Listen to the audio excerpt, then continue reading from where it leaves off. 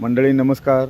आपण आलेलो आहे सह्याद्रीच्या कुशीमध्ये, अर्थात कोयना धरणच्या जवळ आलेलो आहे आणि या महाराष्ट्राची वरदायिनी कोयना धरण आहे त्या ठिकाणी आपण आलो आहे. आता आपण पाहू शकाल महाराष्ट्र शासनाने या कोयना धरणाचा माहिती फलक या ठिकाणी लावलेला आहे. कोयना सिंचन विभागाने कोयना नगर यांनी हा फलक लावलेला आहे. याचे बांधकाम वर्ष 1958 ते 1962 रोजी झालेलं आहे आणि धरणाची लांबी 807 मीटर व उंची 103 मीटर असे आहे. साठवण क्षमता 105 TMC असलेले हे धरण आहे.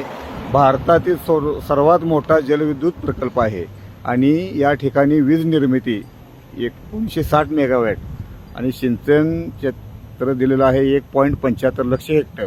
आणि आता हे कोयना धरण ज्या ठिकाणी आहे त्या ठिकाणी आपण आलो आहे. आता तो माहिती फलक पाहिला आणि ह्या सह्याद्रीच्या रांगा आपल्याला पाहायला भेटतात. सह्याद्रीच्या कुशीमध्ये आपण आलेलो आहे. हा धबधबा आहे आणि ह्या पर्वतरांगा आहेत. आता मंडळी आपण प्रत्यक्ष कोयना धरणाची पाहणी करणार आहोत.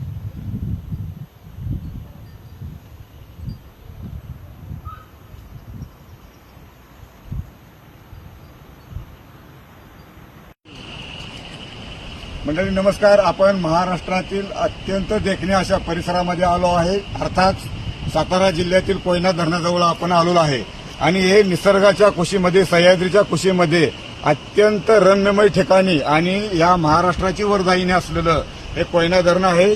आपण प्रत्यक्ष या ठिकाणी भेट देऊन निसर्गरम्य वातावरणाचा आनंदही घेऊ शकता आणि या राज्याला वीज निर्मितीमध्ये महाराष्ट्राला योगदान देणाऱ्या धरणाचं साक्षीदार आपण ठरू शकता. एवढंच बोलतो आणि इथे थांबतो. जय हिंद, जय महाराष्ट्र.